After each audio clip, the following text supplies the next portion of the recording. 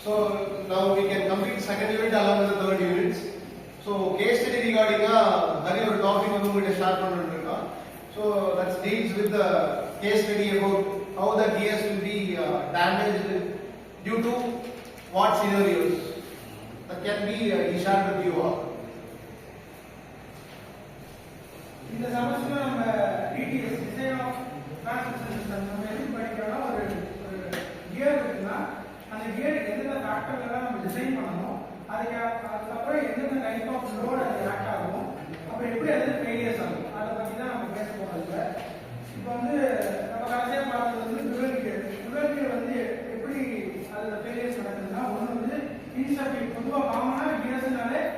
Insufficient of lubrication நம்ம ப்ராப்பராக கொடுத்தீங்கன்னா கியர் மேபி ஃபெயில் ஆக வாய்ப்பு இருக்கு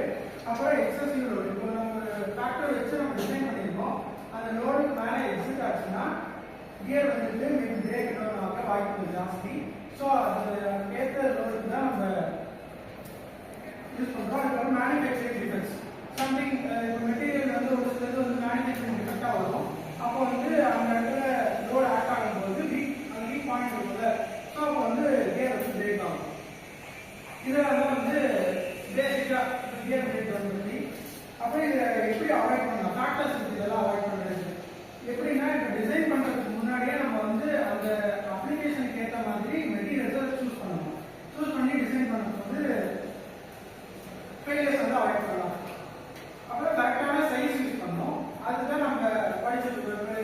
அவங்க கொடுத்துட்ட ஃபேக்டர் கன்சிடர் பண்ணுற மாதிரி சைஸிங் கரெக்டாக இருக்கணும் கரெக்ட் லூப்ரிகேஷன் கொடுக்கணும் லோட் டிஸ்ட்ரிபியூஷன் கரெக்டாக இருக்கணும் ரெண்டு இருக்கும் அப்போ வந்து ஃபெயிலியர்ஸ் வந்து அவாய்ட் ஆகும்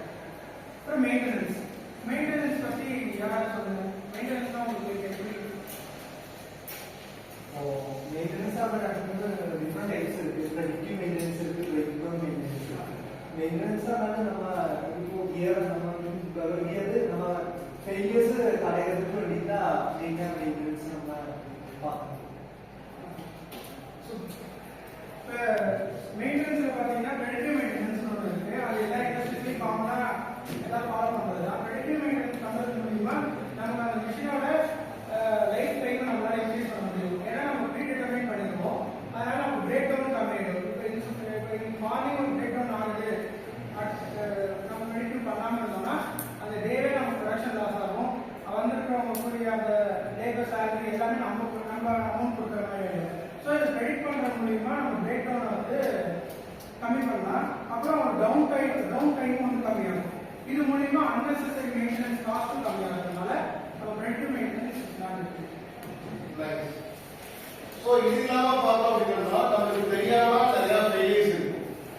கியர் எதனால ஆகுது how the gear will be formed due to friction whether male and female gears are married together at the time continuously running means the teeth will be damaged so once the teeth will be damaged so one to one proportion is changed for example இப்படி பல்சாக வேண்டியது வந்து ஓவர்ல பாஸ்ல எப்படி இருக்கு so அப்போ என்ன ஆகும் அந்த இடத்துல ஜாம் ஆகிருக்கு so gear will not be rotated அதில் கனெக்ட் பண்ணியிருக்கிற ஷாஃப்டோ இல்லை அது ரிகார்டிங் ஏதாவது அப்ளிகேஷன்ஸ் இருந்ததுன்னா the entire system will be collapsed so அதுக்காக நம்ம என்ன பண்ணுவோம் ப்ராப்பர் லூப்ரிகேட்டோ இல்லை ஒரு கிரீஸோ நிறைய நம்ம டேரக்டாக விசிட் பண்ணியிருக்கோம் why they are continuously or weekly once they are doing so இது பண்ணாமல் விட்டோம்னா it can be bulged so இந்த பல்ஜினால நிறைய விபத்துகள் கூட இன்ஜுரிஸ் ஆகலாம் இல்லை வந்து ப்ரொடக்ஷன் ஸ்டாப் ஆகலாம் இப்போ ஒரு ப்ரொடக்ஷன் வந்து நம்ம 1 ஹவர்ல ஒரு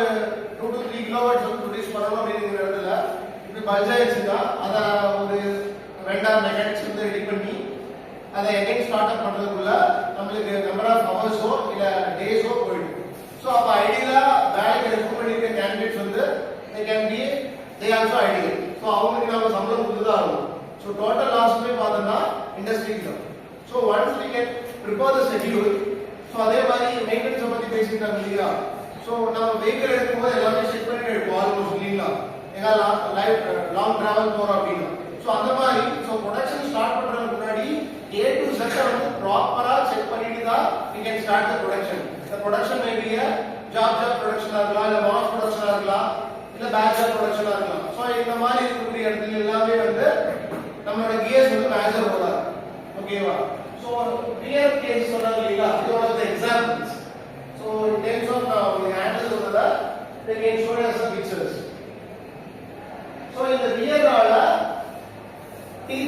டேமேஜ் ஆகும். ஸோ டீத் மட்டும் டேமேஜ் ஆகாது.